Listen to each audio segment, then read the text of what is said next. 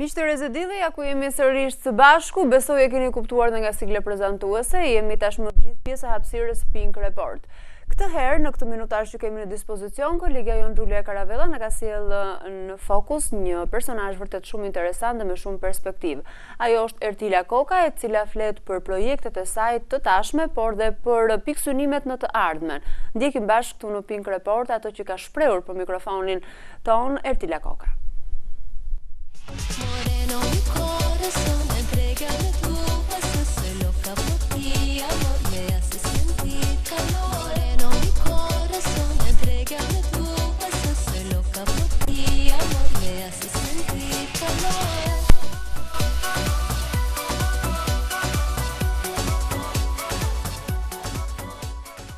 Miqtë Rezedilli të rubrikës Pink Report, ju përshëndes. Jemi rikthyer edhe këtë fundjavë, nuk mund të mungonte në ekranin tuaj rubrika jone përjavshme në fakt, dhe sot jam me një të ftuar mjaft të veçantë, me një këngëtare e cila është mjaft e njohur për momentin dhe do jetë e njohur për shumë kohë. Kam përshtypjen, jemi me Ertila Kokën, të cilën e përshëndes dhe falenderoj që sot në Pink Report. Faleminderit dhe juve për ftesën. Atëherë, të ndalemi tek projekti më i ri muzikor që keni publikuar, klipi më i ri, si ka ecur, ç'mund ta thuash diçka më tepër?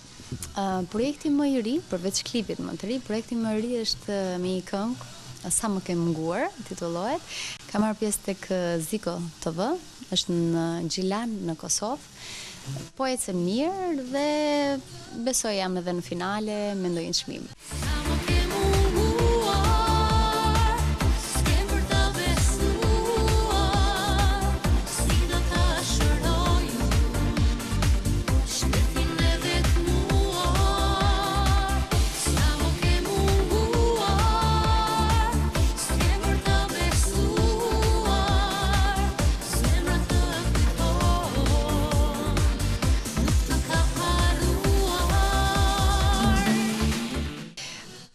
Sa i përket klipit, klipi më i ri është me këngën I vetmi që dua, është nxjerrë dhe prodhuar nga Max Production, kompozuar nga Valter Beqo dhe tekst Armand Trebiskës.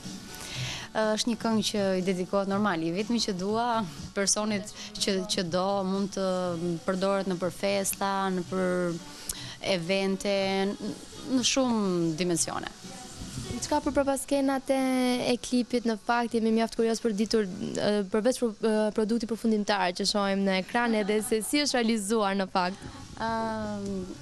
Këto përpaskenat janë shumë edhe të bukura dhe të dhimbshme, sepse këngëtarja në fund fare I ka ato takat, në sensin që këmbët e fryra duke ndenjur 24 orë mbi taka, duke performuar, duke kërcyer. Pastaj janë edhe këto gjërat e tjera që, për shembull, kur bëj një klip, ishte era parë që më bëja një klip me shumë njerëz, edhe moshat janë të ndryshme, prindrit që marrin telefon, të lutem, më duhet fëmia në shtëpi, e kupton? Të gjëra që për shembull unë thash stop, nuk do bëj më klipe me njerëz sa më shumë. Pastaj është një pjesë shumë e madhe që kemi bërë ne, po ta kesh vënë re, është me lule e gjitha. Është stili I fundit I Dolce Gabbanës, I Diorit.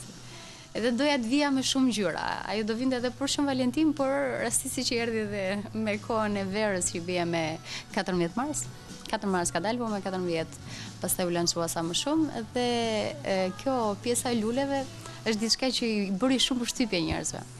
Pastaj pjesa e fustaneve që kemi stiluar unë dhe Danja Motraime, ka qenë ideja që t'jetë sa më shumë fine, sa më shumë elegante, si këto femrat për shumë që I kanë qef gjithmonë, femrat I kemi qef ose I kujtojmë kukullat tona, Barbin, bukuroshja e fjetur e këto tjerat, dhe këtë menduam që ta sjellim edhe në realitet, edhe në jetë, dhe kjo ka qenë. Këto janë pak shumë prapaskenat. Në rast se duhet prapaskenat të klipeve tjera, mund të edhe tjera. Jo, pa problem, në rregull.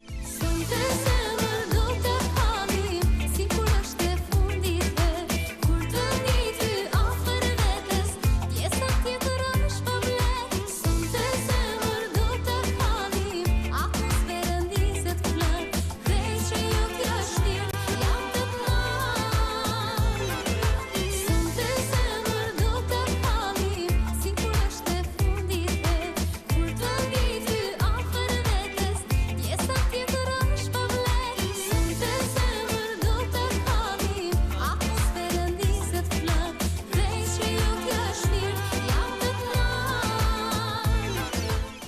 do doja të kthehesha siç përmendës Sinës së Verës. Në fakt po afron, keni menduar të sillni diçka edhe për këtë stin, me që menduat edhe për 14 shkurtin?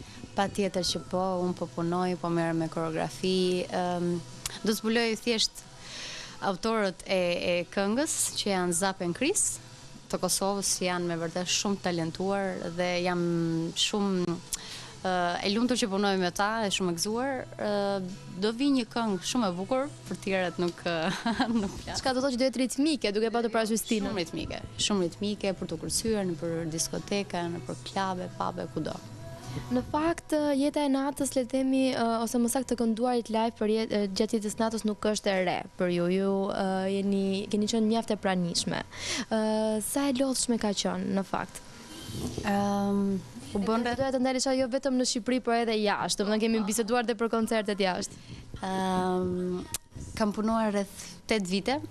Ky është viti 9, kam filluar që 16-17 punoj nëpër restorantet më të bukura që janë në Tiranë, që me sofrën e Ariut e tjerë.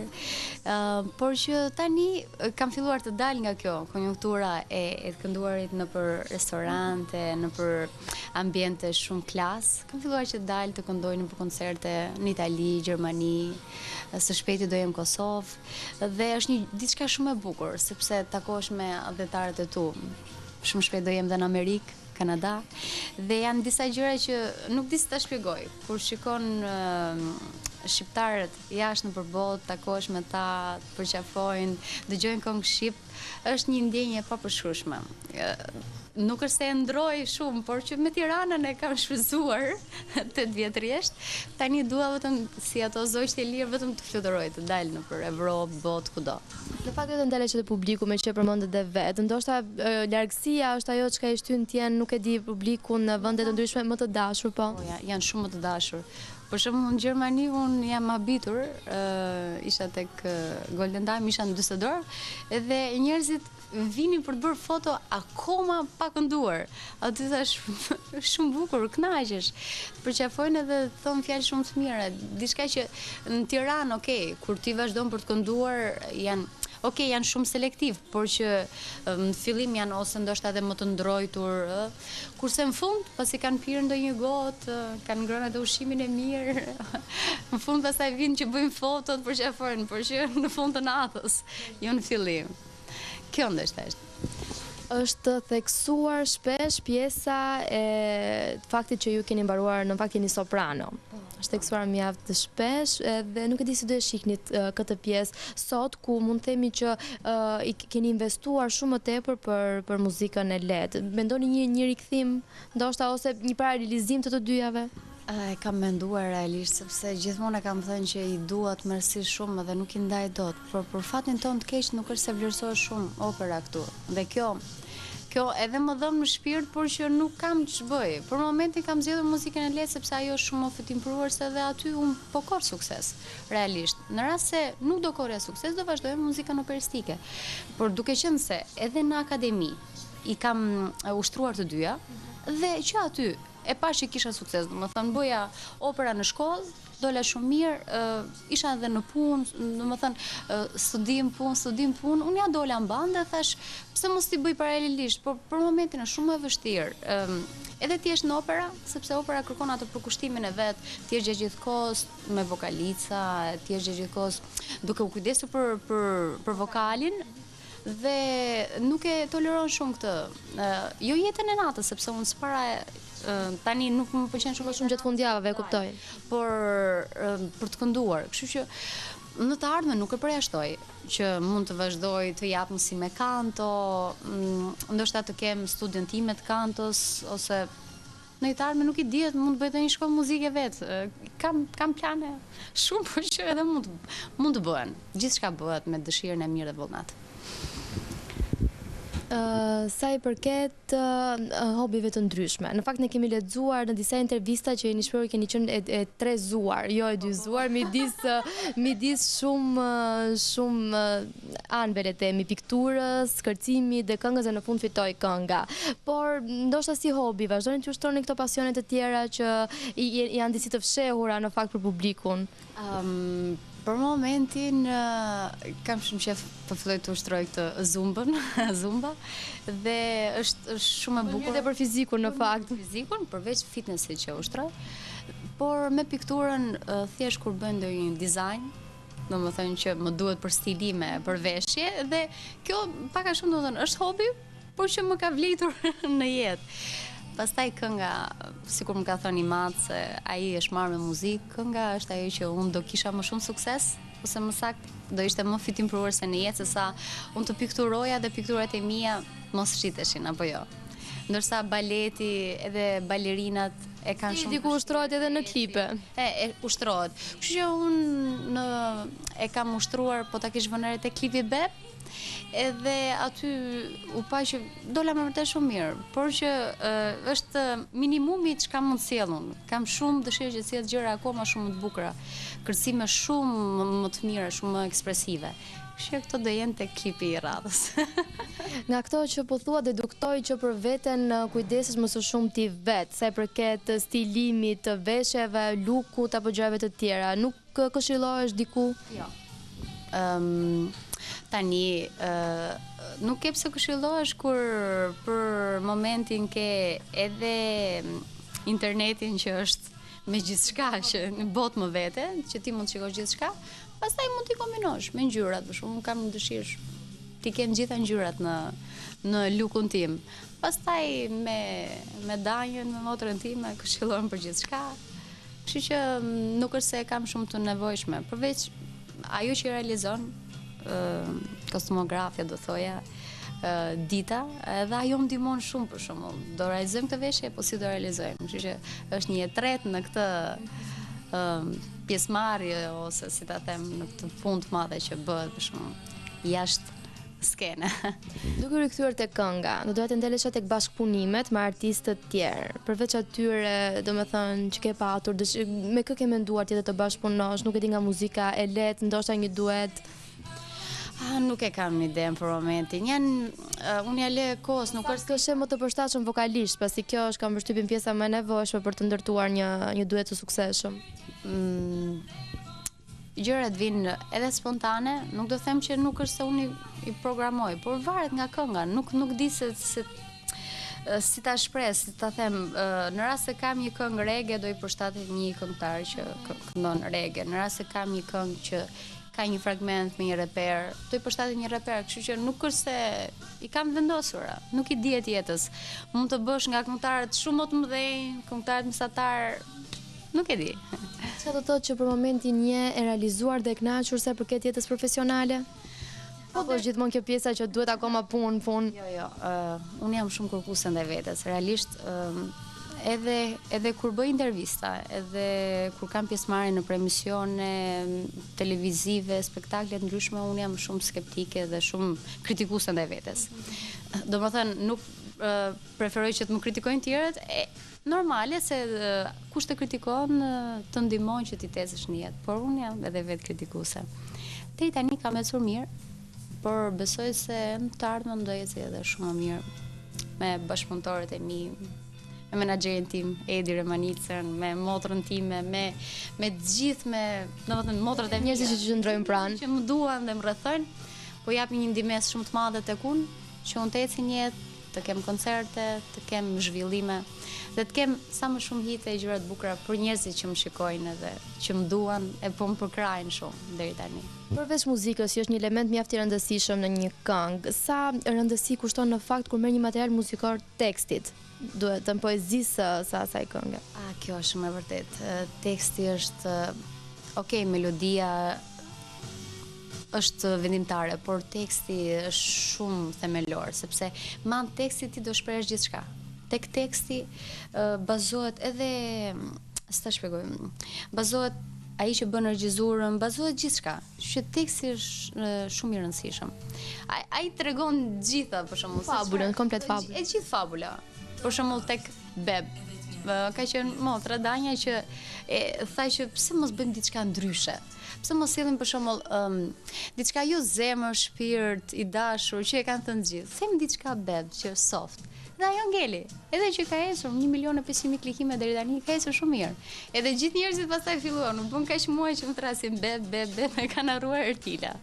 Që është vendimtar. Teksti është shumë i rëndësishëm. Edhe punohet goxha. Nëse unë për shembull tek Futuro e Lirë e ka bër Arben Duka me Edmond Xhulalin që ka bërë muzikën edhe orkestrimin. Ka punuar për shembull tekstshuesi, ama kemi themeluar edhe një herë, kemi bërë edhe një herë, domethënë kemi parë shumë gjëra dhe unë jap shumë tek vetja. Ka pasur tekste, për shembull nuk mund ta harroj te këto fest me Kleti Bahiti, që unë e kam bërë vet. Kam bërë një këngë me Nick Kapën që është grek, DJ grek shumë i mirë, edhe ajo e kam bërë vet komplet tekstin. Kështu që unë nuk është se nuk shkruaj. Gjithmonë e kam pas shumë hobi poezinë. Më ka pëlqyer jashtë mase dhe mundohem që t'jap atë shpirtin tim ta vendos në këngë. Kjo do të thotë që ke gjetur veten në shumë nga tekstet që ke patur. E kam gjetur edhe kam dhënë gjithçka nga vetja, sepse është edhe mësa kjo gjithçka po të paktën është një pjesë e jotja, kontribon përveç se konjunkturat e tjera, kontribon edhe me tekstin. Edhe e këndon më me dëshirë, më me ndjenjë. Do të ndalesha pak dhe në një pjesë tjetër, në fakt jashtë kornizave profesionale, në jetën sentimentale, nuk e di si jeti aktualisht, mund të ndash në një gjë për publikun, apo do qëndrojmë të rezervuar, nuk e di. Unë do doja që të qëndroj e rezervuar, jam e lumtur kaq.